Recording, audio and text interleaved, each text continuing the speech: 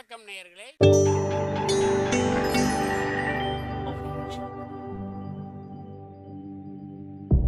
மகிழ்ச்சிக்கோர் தென்கட்சி என்ற அலைவரிசையில்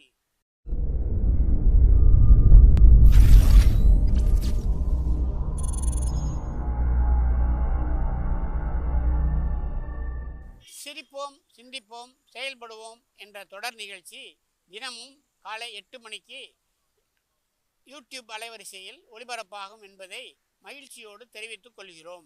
எடையை குறைக்கிறதுக்கு என்ன பண்ணலாம் அப்படின்னு கேட்டார் ஒருத்தர். இது என்ன பெரிய விஷயம், பேசாமல் புறப்பட்டு மேலே ஆகாயத்துக்கு போயிடுங்க, அங்கே போனால் உங்கள் எடை குறைஞ்சிரும் அப்படின்னார் இன்னொருத்தர்.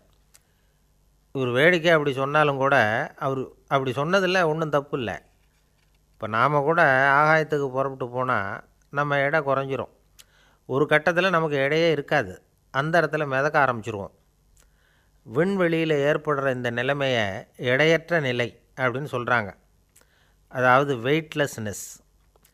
விண்வெளிக்கு போகணும்னு ஆசைப்படுற எல்லாருக்கும் இங்கே அது மாதிரி ஒரு எடையற்ற நிலையை உண்டாக்கி பயிற்சி கொடுப்பாங்க. மைக் ரோஜர்ஸ் அப்படின்னு ஒருத்தர், 64 வயசு, 2வது உலக யுத்தத்தில் இடது காலை இழந்தவர். இந்த வயசில் இந்த நிலைமையில் அவருக்கு விண்வெளியில் பிரயாணம் பண்ணி பார்க்கணும்னு ஒரு ஆசை வந்தது. வழக்கமாக எல்லாரும் அந்த வயசில் ஒரே அடியாக மேலே போகிறதுக்கு வழி என்ன அப்படின்னு தான் கவலையோடு காத்துக்கிட்டு இருப்பாங்க. ஆனால் இவர் கொஞ்சம் வித்தியாசமானவர், அதனால தான் இப்படி ஆசைப்பட்டார். உடனே ஐரோப்பிய விண்வெளி அமைப்புக்கு விண்ணப்பம் போட்டார். அந்த அமைப்பும் சரின்னு ஒத்துக்கிட்டுது. உடனே இவருக்கு பயிற்சி கொடுக்க ஆரம்பிச்சிது. அந்த பயிற்சி ஃப்ரான்ஸில் நடக்குது. அது எப்படின்னா, விண்வெளிக்கு பிரயாணம் பண்ணுறவங்க அங்கே போய் சேர்ந்த உடனே எடை இல்லாமல் போயிடுது இல்லையா? அதே மாதிரி ஒரு எடையற்ற நிலையை ஒரு விமானத்துக்குள்ளேயே உண்டாக்குறாங்க. அந்த விமானம் ஒரு தடவை மேலே கிளம்பிச்சின்னா மேல் நோக்கி பாயறதும் கீழ் நோக்கி பாயறதுமா சுமாராக 2.5 மணி நேரம் பறக்குமா. அந்த சமயத்தில் அது 40 தடவை கீழ் நோக்கி பாயுமா.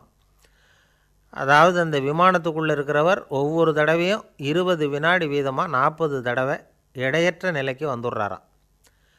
நம்ம முதியவர் இந்த மைக் ரோஜர்ஸ் ஏறி போன விமானம் இது மாதிரி 30 தடவை எடையற்ற நிலையை உண்டாக்குச்சான்.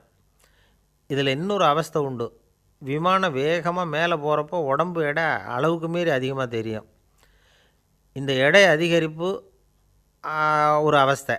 அந்த அவஸ்தையை அனுபவித்ததுக்கு அப்புறம்தான் எடையில்லாத சுகத்தை அனுபவிக்க முடியும். மேலே போயிட்டு வந்த அந்த பெரியவர் தன்னோட அனுபவத்தை விவரமாக சொல்லியிருக்கிறார். தாடையை மார்பில் பதித்தவாறு அவரை படுக்க வச்சுருந்தாங்களாம்.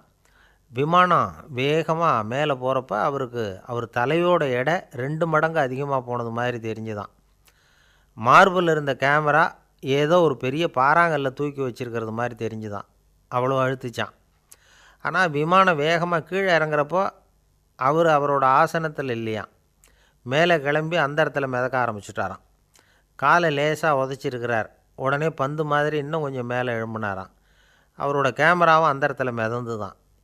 அவர் பையில் இருந்த பேனா வெளியில் கிளம்பி அவரோட மூக்குக்கு நேராக மிதந்து வேடிக்கை காட்டுச்சான். எடையற்ற நிலையில் இருந்தப்போ எனக்கு ஒரு செயற்கை கால் பொருத்தப்பட்டிருக்கு அப்படிங்கிறதையே நான் உணரலை அப்படிங்கிறார் அவர். சாதாரணமாக பிளேனில் போகிறவங்க இந்த எடையற்ற நிலையை ஓரளவுக்கு உணர முடியும். பொருட்காட்சியில் இந்த ரங்கராட்டினத்தில் ஏறி சுற்றி பார்த்தாலும் இது தெரியும். மேலே எழும்புறப்போ நம்ம உடம்பு எடை கூடினது மாதிரி தெரியும். கீழே அழுத்தம், கீழே இறங்குறப்போ உடம்பு எடை லேசானது மாதிரி தெரியும். விண்வெளி பயணத்தில் இந்த எடையற்ற நிலைங்கிறது ஒரு முக்கியமான விஷயம். அதெல்லாம் சரி, ஏன் வேலை மெனக்கிட்டு இந்த நேரத்தில் இதை சொல்லிகிட்டு இருக்கிறீங்க அப்படின்னு கேட்கலாம். வருங்காலத்தில் விண்வெளி பயணம்ங்கிறது ரொம்ப சர்வசாதாரணமாக ஆயிடலாம். நாமளும் அடிக்கடி போயிட்டு வர வேண்டிய அவசியம் வந்தாலும் வரும். இருந்தாலும் எடையற்ற நிலைங்கிறத விட இருக்கிற எடையை குறைக்கிறது எப்படிங்கிறது தான் நம்மளில் பல பேருடைய கவலை. வெயிட்டை குறைக்கிறதுக்கு என்ன சார் பண்ணலாம்னு யோசனை கேட்டார் ஒருத்தர். தினமும் குதிரை சவாரி பண்ணுங்களேன் அப்படின்னார் ஒரு டாக்டர். 6 மாதம் குதிரை சவாரி பண்ணினார் இவர். அதுக்கப்புறம் டாக்டர்கிட்ட போனார். எவ்வளவு எடை குறைஞ்சிருக்குன்னு கேட்டார் இவர். 15 கிலோ குறைஞ்சிருக்கு டாக்டர் அப்படின்னார். உங்களுக்கானார். இல்லை, குதிரைக்கு அப்படின்னாராம் அவர். ஐயா தென்கட்சி கோ சுவாமிநாதன் அவர்களின் மகிழ்ச்சிக்கோர் தென்கட்சி தொடர் நிகழ்ச்சியினை கேட்டு பயன்பெறுங்கள். நிகழ்ச்சியினை பிடித்திருந்தால் உங்களுக்கு கமெண்ட் பாக்ஸில் உங்கள் கமெண்ட்டுகளை பதிவு செய்யுங்கள், ஷேர் செய்யுங்கள், லைக் செய்யுங்கள், கண்டிப்பாக சப்ஸ்கிரைப் செய்யுங்கள். நன்றி, வணக்கம்.